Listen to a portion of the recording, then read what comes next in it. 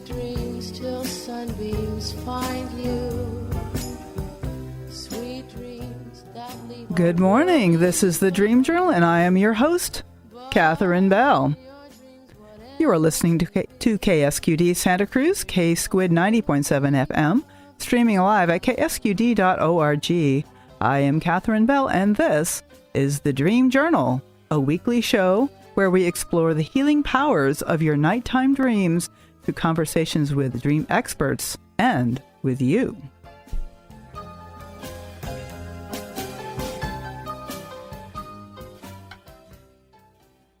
In the words of Carl Jung, who looks outside dreams, who looks inside awakens. Today we are live with Benjamin Newman. We're going to talk about his journey with Archetypal Dreamwork, a practice that he says literally saved his life. Now he's a social worker and works with people of all ages, helping them transform their lives. Have you ever noticed your dreams lead you on a journey toward wholeness? This is Catherine Bell of Experiential Dreamwork, and welcome to the Dream Journal. I'd like to remind you that the views and opinions expressed in this program do not necessarily represent those of Natural Bridges Media or of KSQD's staff, volunteers, or underwriters. Please check out the Dream Journal podcast. Look for it, review it, subscribe, and tell a friend. New episodes will be released within a few days of every broadcast. So I'd like to start with my current dream work. So what happened this week is that I've just been feeling anxious and kind of upset and really irritable. Like I've been feeling like reacting more strongly than I really think is appropriate. And it just seems like there's something going on for me. And I just felt like, just like, losing my temper with things. So I looked back through my dream journal to find something that could possibly explain, or at least be an image for me to work with. And I came across this image that I dreamed a little while ago of being on this big ship, like a kind of a cruise ship, falling through the air. And there's like this sense of falling that I have that is really goes along with this kind of anxiety that I've been feeling lately. Something is just like, there's like some sense of just being unsupported and falling endlessly.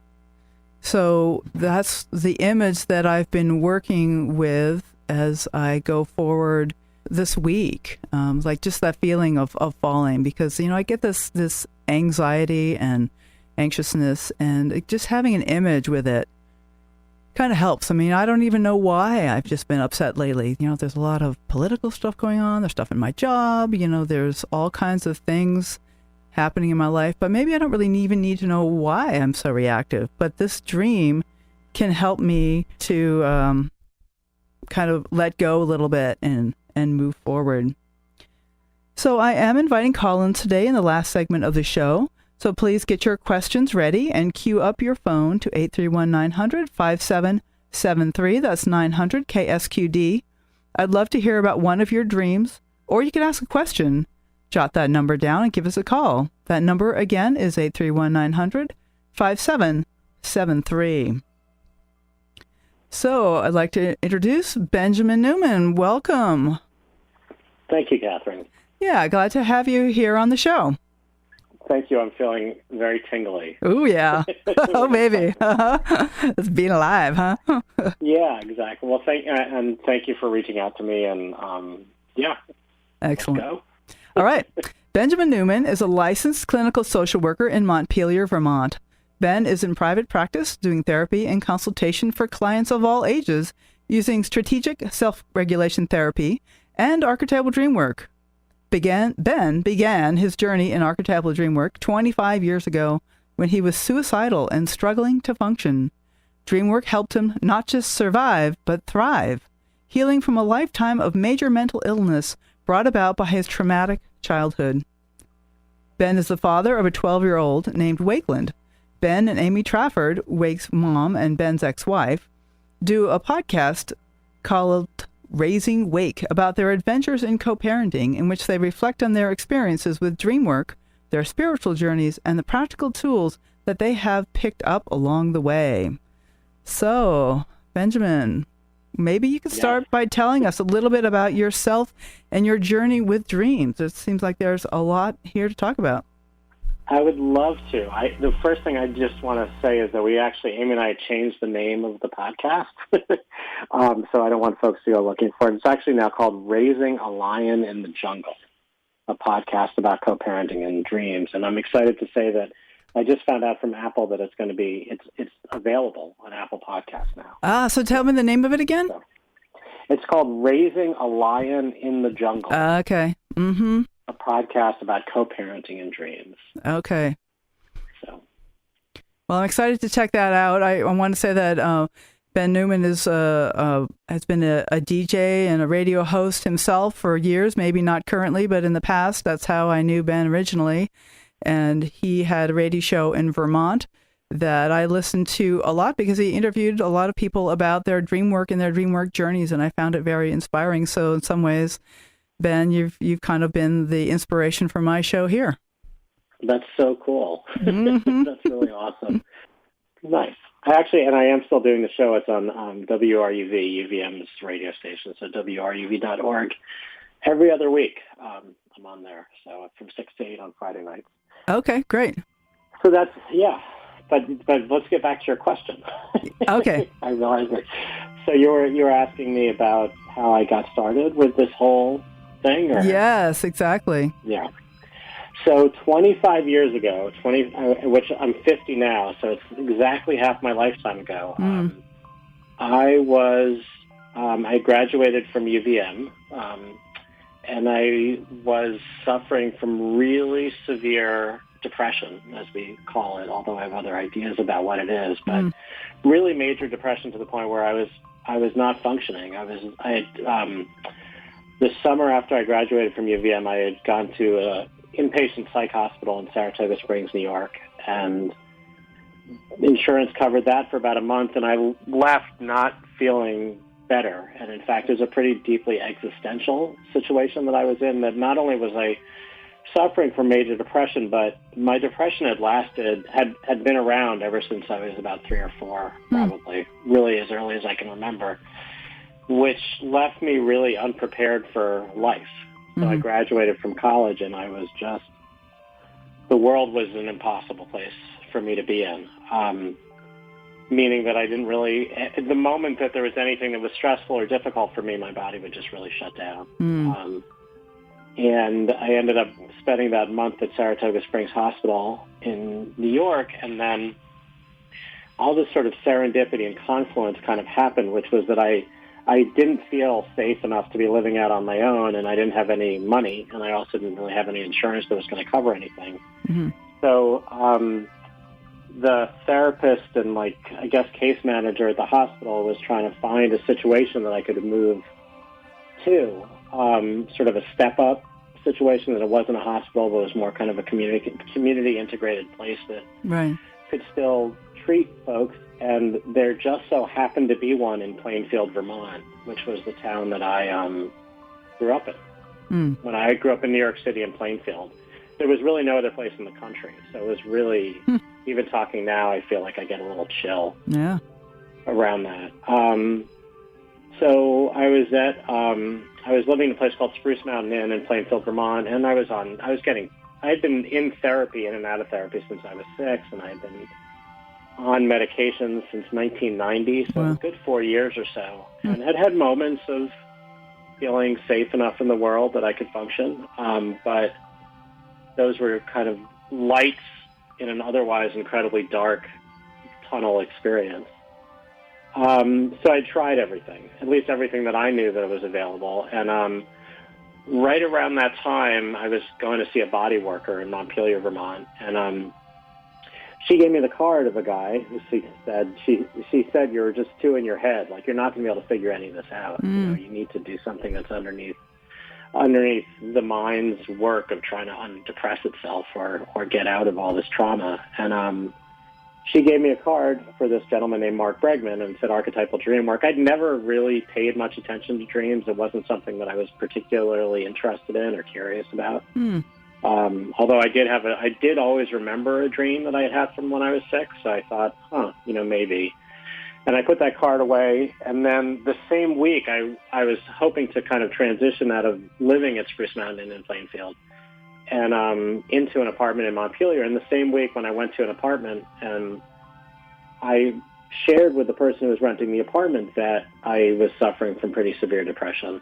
Mm-hmm. And she shared with me a card no. that also had Marc Bregman's name on it. Okay. And she said, maybe see this guy because I used to live my life counting down the days till it would be over. Mm. And now I can't wait to see the next day because of this guy. Wow. So I got those 2 cards and I was like, well, I was pretty cynical. I was a pretty cynical dude, not a very deeply spiritual person at all. But man, when that kind of confluence happens, my incredibly overthinking self is like, we'll give it a shot. So I went to see Marc Bregman out, and he was then practicing out in Morristown, or Morrisville, Vermont, and that was 25 years ago. And I just got off the phone with him in my session that I had at 12 o'clock just before the show. Oh, wow. You're all lined up for it. Huh? Yeah.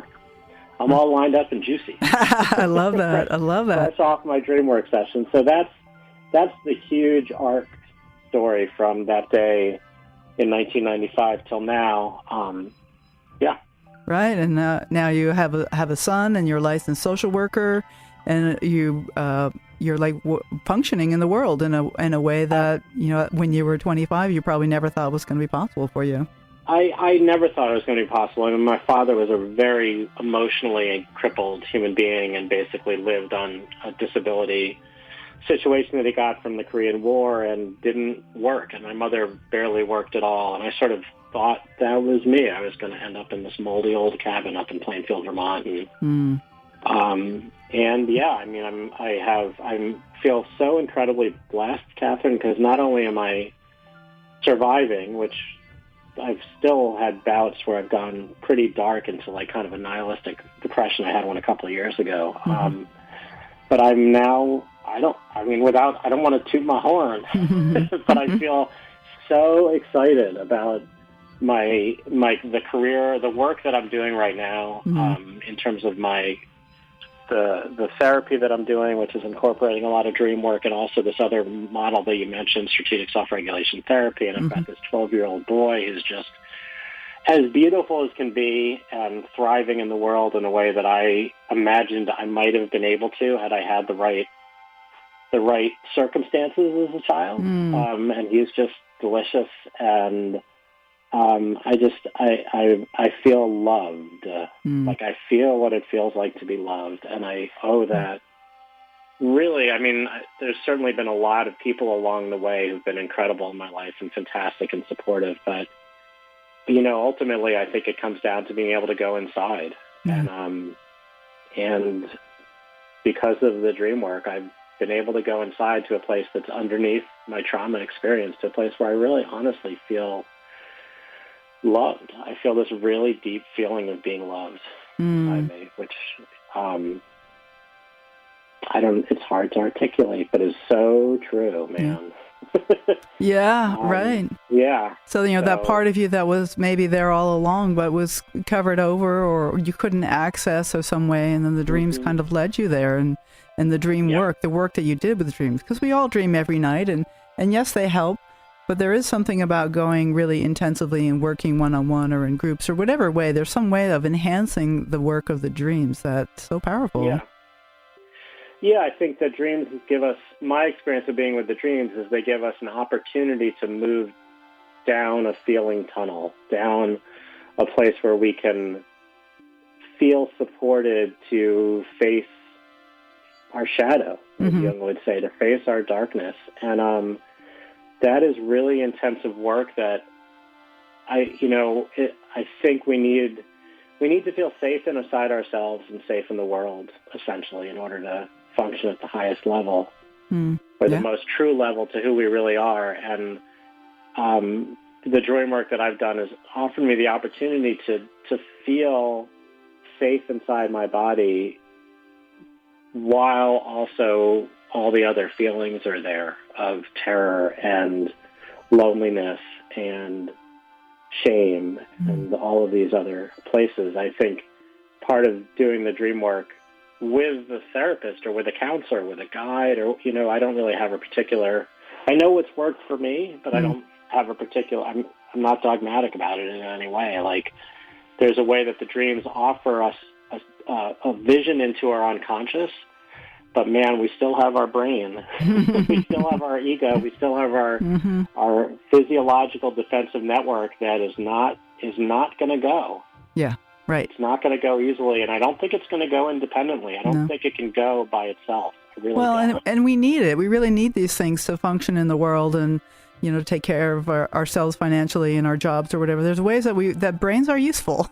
We don't really. Oh, my God. And the ego is useful. I'm not advocating lobotomy in any way, shape, or form. Right, but to bring in the feeling element, like you said, like the feeling tunnel. Like, for me, I've felt a lot of relief this week of reconnecting with this dream of falling, and it's like a relief, because now it kind of makes sense, like, why I'm having these anxious feelings and being so reactive. That, look at my life and it looks good, so why would I be upset? But there's something inside of me that's like falling, and it makes me feel safe. I love the way you describe that, as being safe in your body. Yeah. Mm-hmm. Okay, well, we're going to take a short break, and we'll be right back. In about 20 minutes, I will open the phones, so you can call in to 831-900-5773. That's 900-KSQD. You can share a dream you're curious about or ask a question. We are speaking to Benjamin Newman, a licensed social worker in Vermont, and this is the Dream Journal on KSQD 90.7 FM. I am your host, Catherine Bell. You take my hand and we go down the road. I take your hand, we are going home, kicking the stones. You and me, wild and free, smiling boy. Welcome back. This is the Dream Journal with Catherine Bell, and we have our guest, Benjamin Newman. I wanted to give a quick shout out to Bob and the Troubadours. That was the tune that you just played, which I forgot we were going to hear. Mm-hmm. It's called Smiling Boy, and the voice of Getty Payson, as I recall. Yeah, with a little sweet harmony there by her husband, Bob Murray, on there as well. So, sweet. Yeah, connecting with the boy there. That's why I let my guests pick the songs, and actually I find that it's really lovely to get a little bit of the guests, kind of what their musical preferences are when we play those little clips. Well, that song is really, part of the reason I picked that song is just, I remember hearing Getty play it. She played it solo before she did it with the Bob and the Troubadours, and I just remember the longing for the feeling that she was talking about being the smiling boy, which was really an experience I never actually had as a child. And so I feel it now. So now this nervousness. It does what? It helps cut a little bit of the nervousness that I feel talking with you coast to coast here live on the radio. So, yeah. Exactly. Love that. Yeah. So now you work with folks of all ages. I know you have kids, and you also work with adults. And I understand you do Archetypal Dreamwork, and you also do this thing called strategic self-regulation therapy. Maybe you'd like to talk about what you're doing in your life now. Yeah. So I see a number of folks in private practice using Archetypal Dreamwork with them, and I've been working with ever since I got my MSW back in 2004. I've been doing a lot of work with kids, and mostly kids with pretty severe emotional behavioral challenges, a lot of kids with really severe trauma. I was the clinical director at a small private school for kids who were explosively violent. And along the way, Marc Bregman is one of the most important men in my life. One of the other most important men in my life is a gentleman named Al Vecchione, who's a psychologist here in Vermont. And he's developed this model called strategic self-regulation therapy that's evolved over time, but essentially now talks about how we have these physiological defensive systems. part of it connected to what's called Polyvagal theory, which is a really incredibly fascinating look at the human body, developed by a psychologist named Stephen Porges. And strategic self-regulation therapy grows out of that. And the boiling it down to its essence is this idea that our body responds to distress. So our body responds to something that feels like a problem, feels like danger, feels like discomfort, feels like a threat. And that there's essentially three physiological states that we're in, kind of in shades of gray, not necessarily one or the other. But in strategic self-regulation, we call it either being in a state of reach out, which is social engagement, being able to seek support when we feel distressed, or we go into a state of hyper-arousal, which we call act out, which is the body goes into fight-flight, which is either it's a mobilization state. I can defeat the problem by either engaging with it, through a fight, or I can get the heck away from it. I can run away from the thing that feels like the tiger in the room, or I can move cross-country because I'm dissatisfied with what's going on and I need to just escape my circumstances. And then the last state we call checkout, which is the state where we become avoidant. Socially avoidant. It's a state of immobilization, which to me is everything from, nervousness walking into a room with a bunch of strangers to dissociation, schizophrenia. Like all of it falls along this line of avoidance. And in the polyvagal theory, they talk about these three states as ventral vagal, which is the state of essentially the state that we call reach out, which is the state that our bodies, when we feel safe in them, when our bodies feel safe and the world feels safe, all of a sudden all these other mechanisms kick on. Too, which is we feel excited, we feel joy, we feel like we want to explore, we feel like we want to engage with other folks. Those are all us in our ventral vagal state. Right. And then if we get triggered out of that, we go into the hyperarousal state, usually is the sort of initial response, which is fight-flight, which is associated with anger, annoyance, fear, terror, those sort of extreme feelings. So if we're in an argument with somebody, typically we're probably in some state of hyperarousal. Even annoyance at ourselves, annoyance turned inward is a state of hyperarousal. Right, so kind of like reactivity.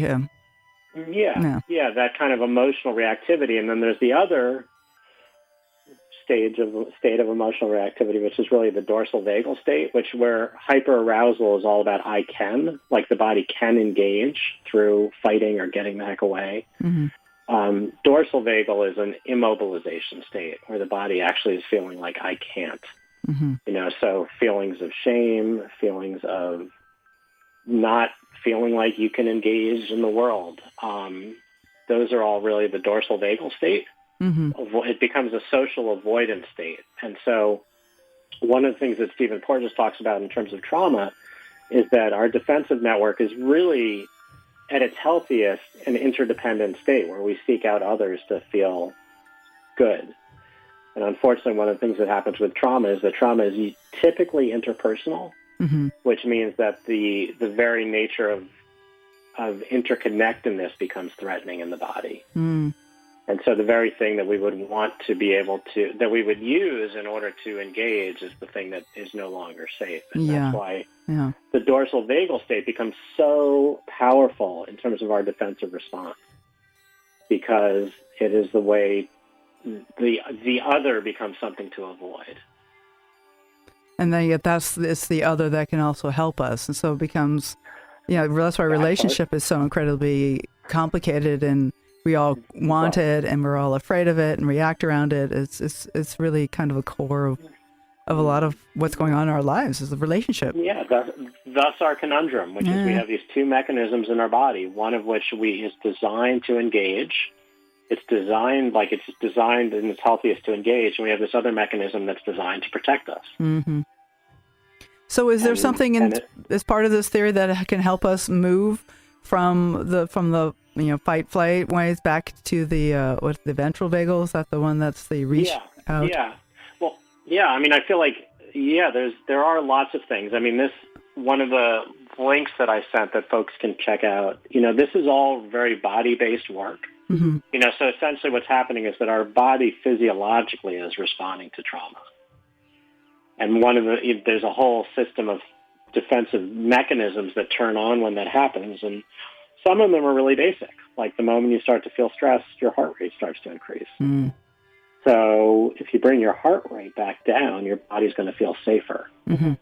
Given that there's no actual tiger in the room, there's not a particular person who's currently terrorizing you, but the projection of trauma, the projection of that terror is going to be associated with a rise in heart rate, a rise in cortisol. I remember when I was going through a really anxious time, I went to a naturopath and she said, your cortisol levels are off the chart. Mm-hmm. You can't settle because your cortisol levels are off the chart. So there's a number of in strategic self-regulation, we call them life hacks. Mm. They're like really quick things that you can do to get your body back toward ventral vagal. Right. Well, a classic one would be to take a deep breath, I imagine. Like that's one of the things people always talk about. Oh, take a breath, count to 10. Yep. So if you breathe in a particular way, you can get your heart rate down pretty quickly. A deep breath is the way to do it, but a deep breath is actually, this is on one of the websites that I gave a link to that people can access. It's called, now it's blanked on it, of course, but it's a website that the strategic self-regulation folks I work with, started. It's called tamingthetigervt.com. Mm. And it's got a number of links to videos and to a lot of research articles about these different things that you can do. And so one of the things that we can do in terms of breathing is do a breathing cycle, which is you very particularly breathe in through the nose and really learn to feel the breath all the way in through the nostrils, like really bringing presence and attention to it. And if you breathe in through, for a count of 4, all the way underneath your belly, and then breathe out for a count of 6, slowly through your mouth as if you were blowing on a spoon of hot soup. Uh-huh. So it doesn't splash out of the spoon, but also is actually going to cool. If you do that to a count of 6 times, essentially, which is, 4 in and 6 out times 6 is going to be 10 times 6, which is a minute, essentially. Mm. There's pretty dramatic effects in terms of affecting your heart rate and lowering your cortisol level. So Taming the Tiger VT has a lot of, not just that, but I think there's 10 or 12 other activities that help bring the body back to ventral vagal. Mm. Wow. So that's really cool. That is very cool. Yeah, I'll talk about life hacks. So we'll have the link on the podcast page as well. People can link to that. It's called tamingthetigervt.com probably. And how does this interact with the dream work that you do? Because a lot of this is like very body-based, waking mind. Right. How do you find that these two practices interweave? I'm so glad you asked that question. The archetypal dream work is very body-based experiential work, so it's not about analyzing the dream and what it means. That's an aspect of it, but at its root is really about experiencing the feeling that you had in the dream. Mm-hmm. So like when you were talking about your dream of falling, you can analyze in your mind forever about what falling means to you and the metaphor that can be and the symbology of it. But it's also about what is that experience to feel the falling. Yeah.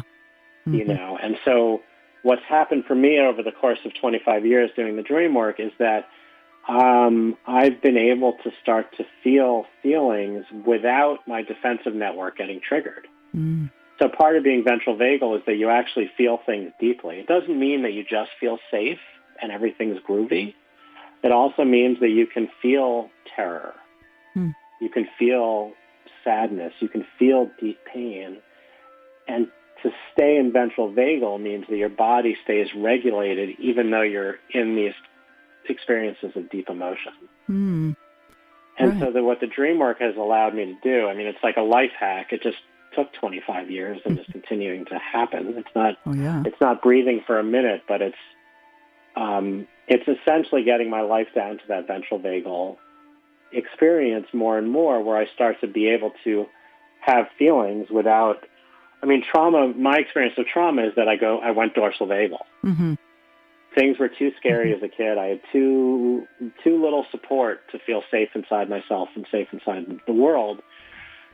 So I believed the world was unsafe. That's why I couldn't engage with it as a young person. So that was more of the act out kind of thing? That was more of the checkout. Oh, checkout. I wasn't an act-out person. An act-out person is someone who's going to get into more legal trouble. Okay. Well, it's like some of the kids you talked about you work with who are very might be more of the act-out kind. Absolutely. Yeah. They certainly were. I sort of wish I had been a little bit more, although that can get you into a lot more trouble in the world because that's so scary to so many people that usually the response to violence is pretty intense. That's true. It's usually very punishing, which unfortunately then the best you can do in that kind of situation is promote the dorsal vagal checkout response. You're not really helping people feel safer by punishing them. Right.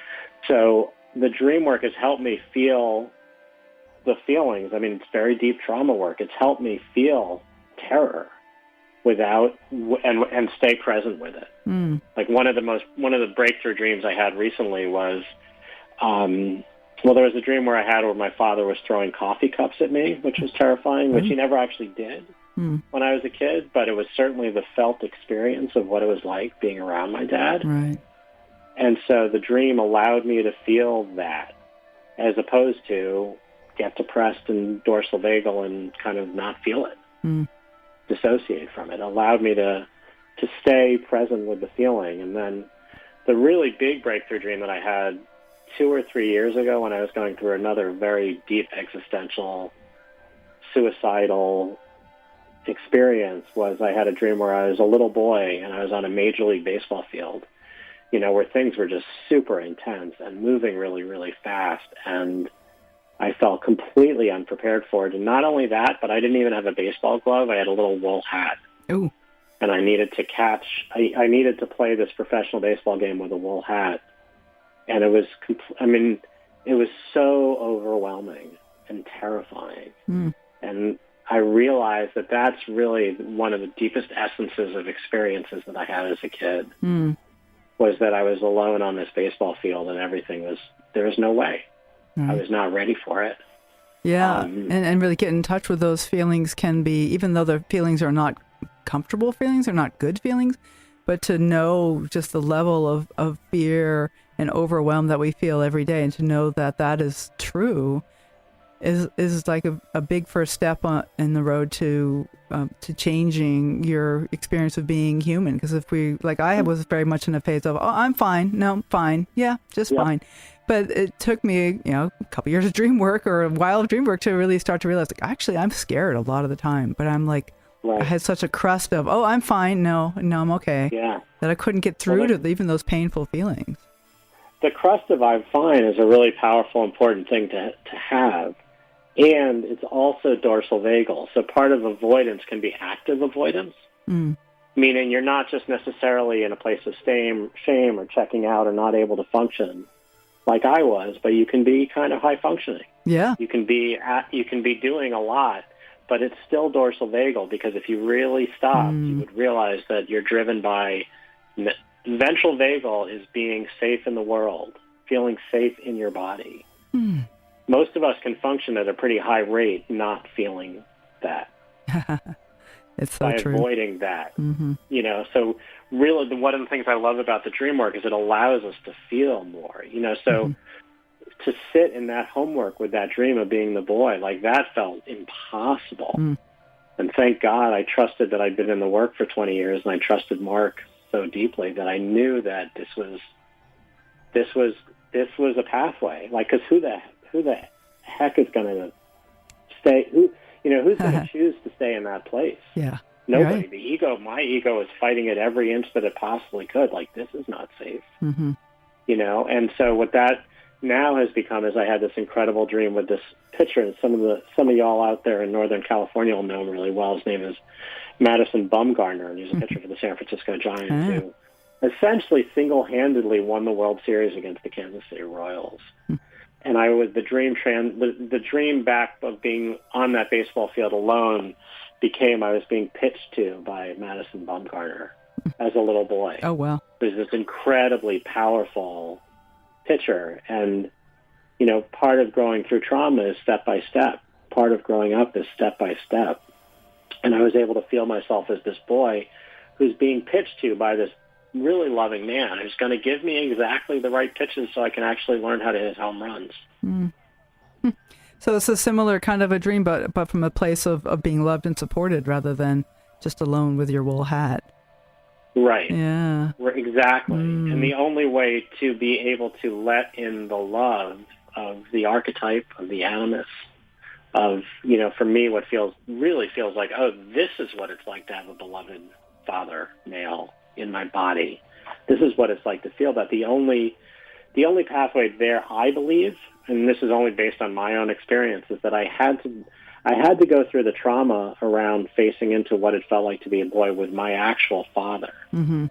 I had to feel the terror of that. I had to feel the overwhelm of that and learn to stay with it, learn to turn on this ventral vagal system, because otherwise what I'm doing is I'm going into avoidance of it. I'm going into, I can't feel this and I'm not going to. And that's the conundrum. Yeah, that's right? the conundrum. Like, right the light at the end of the tunnel can feel way too long. Like, I'm not going to continue doing this. I'm just going to step out. And that's fine.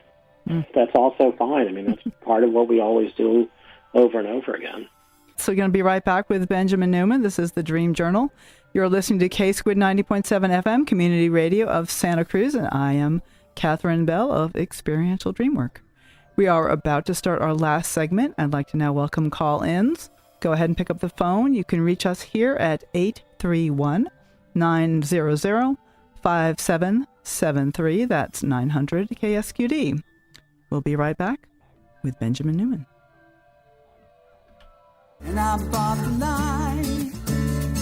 I took the easy road, time after time after time. And now the split is clear. And in each moment the choice is mine. I want 88% more. So we're back with Benjamin Newman here on the Dream Journal, and we do have a call-in guest. So, hello, Benjamin. Hi. I also want to shout out Jim Goss. That was his song called 88% from his solo record. He was also part of Bob and the Troubadours, and that's a song that's been really inspiring to me over the years. Yeah, that's another group from the Archetypal Dreamwork group. And we have someone on the line. If I believe I have you. Hi. Oh, there we go. Yes. Hi. Welcome. I know that voice. Hi. I know. Yeah, I know your voices. It's so nice it's been really nice to be listening. And I believe this is Amy Trafford, who's Benjamin's co-partner on their podcast. Is that right? Yes. Yes, it is Amy. Yeah. Welcome. Glad to have you on the show. Thanks, you guys. It's a pleasure to be here and a pleasure to be feeling everything that you're talking about and feeling, you know, what it is for me as a person who works with people and their dreams and works, you know, with a person on my own dreams, you know, and has been walking this path for more than half my life. Right. So, Amy, you're also involved in Archetypal Dreamwork. Is that right? Yeah, I'm an Archetypal Dreamwork therapist, and I have been working my own dreams with my teacher, you know, my now teacher, you know, and for a long time. Great. So, yeah, I started. I found Archetypal Dreamwork when I was 20 years old. Yeah. So, well, and you two are the co-parents of Wakeland. And yes. but not now you're co-parenting, not partnering, and so right. I listened to your podcast last week, and it was really interesting to hear about the way you would kind of work with your reactions to each other and to Wake in a kind of a conscious way, bringing in both elements of this archetypal dreamwork self-awareness and some polyvagal theory as well. Right. Yes. Yeah, like the conscious co-parenting, and really how our own individual, spiritual work informs, our parenting and the way that we are together. Right. Yeah. So so tell me a little bit about what sponsored, your ability to really get along with each other, because, often when parents break up, then the kids kind of pay the price. And, I am also a single parent. Well, I have a co-parent similar to you guys, and I made a commitment early on, and my partner did too, to really not take it out on our son and really be conscious that he shouldn't have to take sides, and that we shouldn't badmouth each other to him, and some kind of real basics like that. Yeah, Right, that's and I beautiful. I'm so glad to hear you say that, because that's really, at its essence, is, to not have the child hold the place of the parent's reactivity. Yeah. It's really, really, really important. I also want to acknowledge that it's, in some ways it's easier said than done. It's very, true. I recall, pretty clearly in the beginning of us, finding other places to live and really splitting, it was really hard. It's hard to, your feelings are hurt. I hurt Ben's feelings, and to say the least, it was very dramatic. I didn't want to separate a family, to sort of tear a family apart, and yet I had to do that, and it's, to Ben's credit, he had the support of Marc, his therapist, and the support of his dreams, so he could handle. Some days it was just, for a long time, maybe like over a year, it was just like the handoff, kids to household, was like not really looking each other in the eye. It was just like needing to go through, like I had to honor Ben's process and let him be, and my own process, but, let him be however he was, and live with the discomfort perhaps of, it not being like, oh, hi, actually no small talk, that, just like nothing, just the basics, and here you go. Yep. And because I just want to acknowledge that it's easy to say, like, it's all about the child, and of course it's all in service to, loving this child or these children, and yet we're human beings, and there's a lot going on, and that's why I'm grateful that we both had the language of the dreams, and we're both doing our own work that's self-reflective, and really we're kind of owning our own crap, and that's part of it, that's part of what the dreams encourage us to do in their reflection. And because of that, it made things, I would say, easier. It made a difficult situation, a little bit easier. Would you agree, Ben? I would say possible. I agree with everything Amy's saying. Like, I was so hurt and so angry for at least a year, maybe even longer than that. And I think, like that was just the fact of the way it was.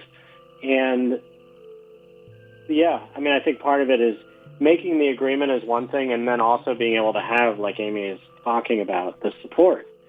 So what I had was the support of Marc, and I had the support of the dreams. Like, I knew at that point that my dream work was where my focus was, and I knew at that point that I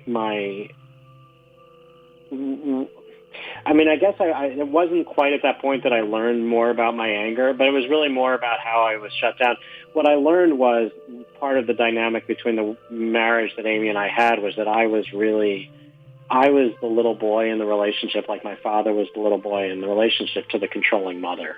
And, thank God Amy was able to break that dynamic, because I never would have. I would have just been like wanting the marriage to continue even though it was really not serving, Amy was clear it wasn't serving her soul and what she needed, and it wasn't mine either. But at the time, I couldn't accept that. Mm-hmm.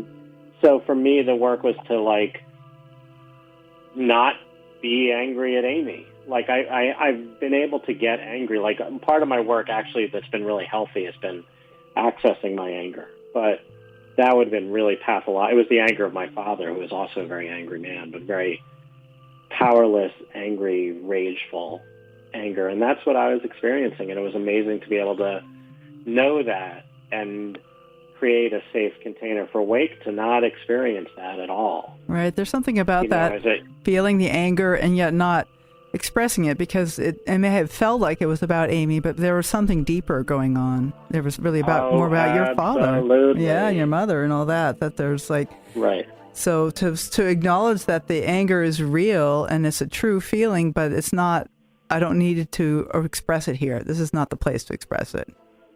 Yeah. Right. And having the consciousness of that. Yeah.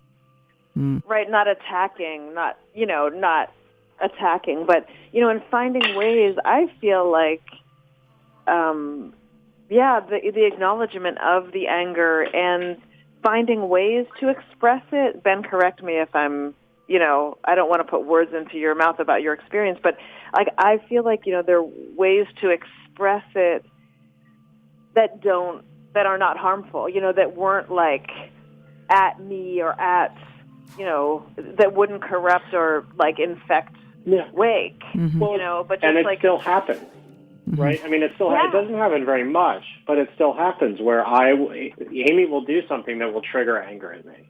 Mm-hmm. She'll make a decision around Wake or something. It doesn't happen very often, but what I also know is that we are at a place, and this is part of what we talk about on the podcast, is if there's something that we know is happening between us, the place that we start, Catherine, is we say, I'm like, so this happened and I'm just having a reaction. Mm-hmm. Like I know that something's up for me. It's not, what I've learned, and I think Amy is marvelous at this, is to stay with what's happening in a way that we take it back to ourselves in terms of it. So like there can be anger, and that's great. I actually want Wake to learn about anger. I want him to know what anger is about and to be able to feel it and express it in a healthy way, because God knows we don't, especially boys, man. And so to be able to be angry in that moment and just be like, okay, instead of saying, Amy, you did this thing and it made me really mad, I'll say, so this thing happened and I'm in reaction. Like I can feel this anger coming up in me. Right. And then we've got all this room to like be able to dance as co-parents with each other in a really safe place. It's sort of like we talked about ventral vagals, feeling safe inside yourself and safe in the world. Mm-hmm. And man, you can have a ton of anger and feel safe inside yourself and safe in the world, but that's unusual. Mm-hmm. Like we haven't created much of much in society for that really. Right. But that's, I think, part of what Amy and I do. It's like I can be angry and Amy's safe, Wake's safe, I'm safe. I can be angry and the situation's not going to become unsafe. Right. And it seems like a kind of semantic thing, and yet it's very powerful to say this thing happened and these are my feelings, rather than you did this to me. And it really like, fault, it makes it possible to have a relation, to stay in relationship and keep in that reach out mode. Right. Right. And it feels, to me, the feeling of it is very respectful. Yeah. When Ben has said, like, I'm having a reaction, when I've said to him, I'm having a reaction, I hope it feels this way to him, but it feels very respectful, and it feels like loving. Mm-hmm. It feels loving. I get so excited about it, man. Now if Amy has a reaction around something, I get so excited because I'm like, here's where the juice is, man. We're going to learn something about ourselves, and we're going to learn something incredibly powerful for Wake in this moment. Oof. And that's the amazing thing, is that like I think if we go into a defensive reaction, there is a piece of gold there. Like Crystal Lancaster, who we work with, also would always say there's gold into the reaction. And like that's an easy thing to think about. When you're in reaction, you're like, rah. That's a tough one. I know it, man. So like, if Amy's triggered, man, I get excited. Yeah. If I get triggered, I actually get excited now. Oh, not me. That's still a tough one for me, Ben. That's like I'm like, I don't like this feeling. I don't. At least if I can recognize him in a reaction, that's Yeah, amen. It's the hardest thing in the world, I think, for humans. Yeah. And it's not modeled, this isn't modeled very much. Part of why I love the specific way that Archetypal Dreamwork works is that there is like the dream homework place.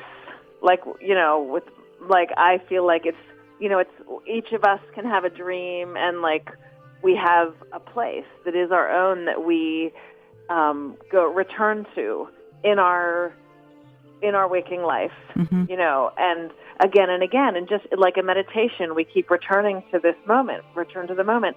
Nothing else has to really happen. You just see what happens, return to this moment that the dream has given you. This is the place, and of the greatest depth, where the deepest medicine can reach our deepest roots, for healing. And because of, my experience in living this,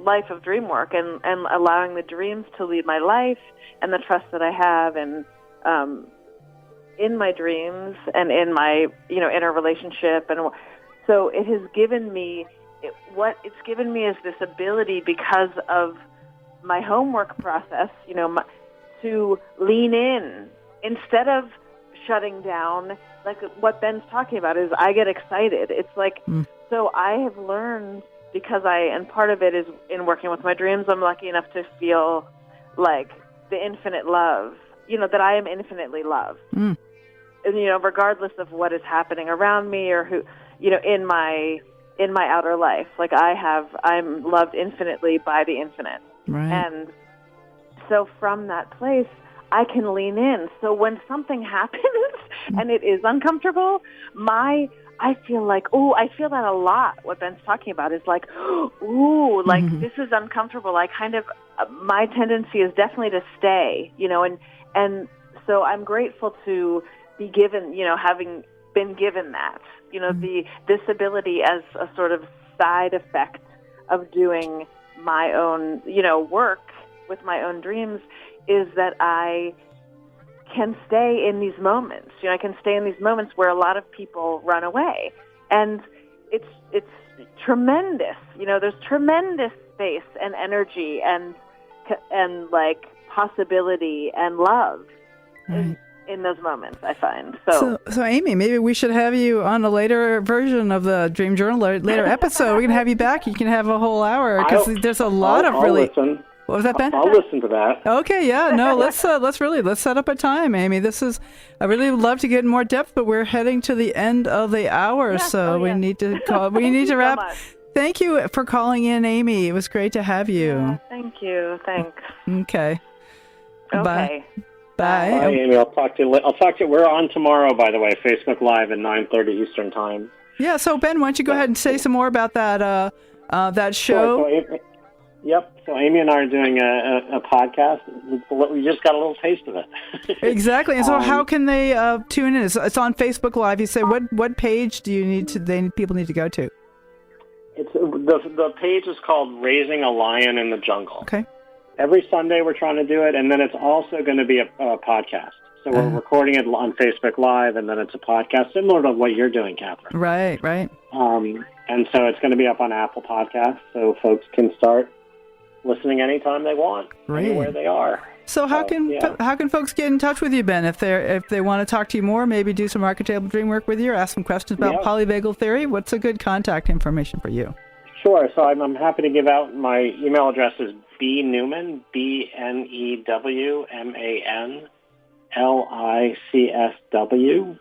for licensed independent clinical social worker. Mm-hmm.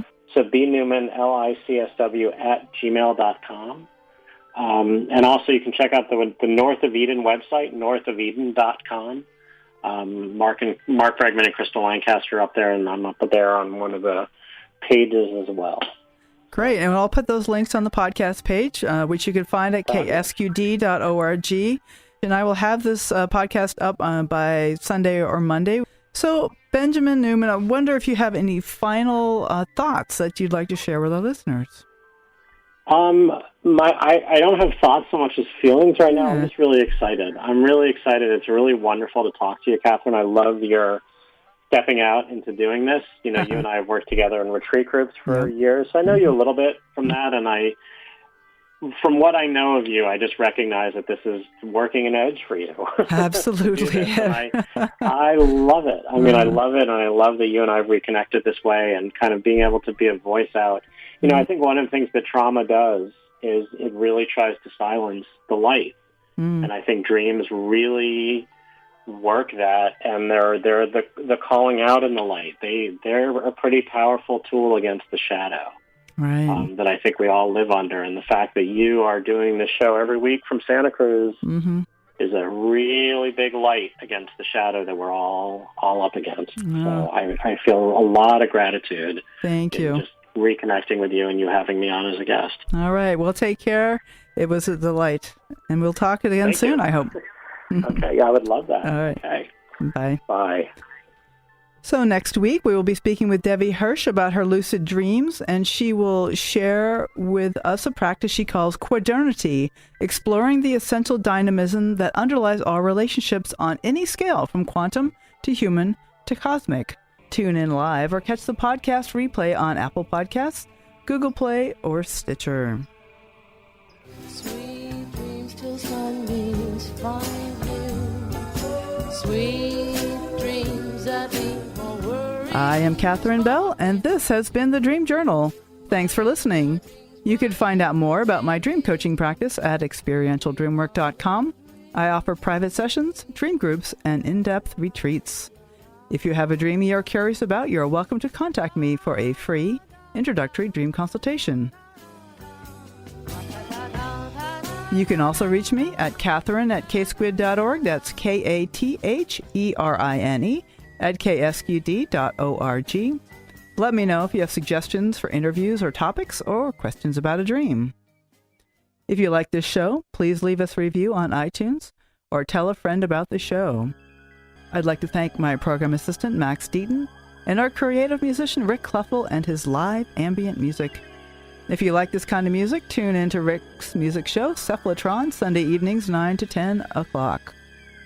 And thank you to all the wonderful donors who support this station. K-Squid is 100% listener-supported, and donations are always welcome at ksqd.org. That's all for the Dream Journal. Join us again next Saturday at 10 a.m. And when you wake up tomorrow morning, take a minute to look within. Do you remember a dream? Write it down and bring it to the next Dream Journal. Are you ready to wake up to the power of your dreams? I am Catherine Bell, and you're listening to KSQD Santa Cruz.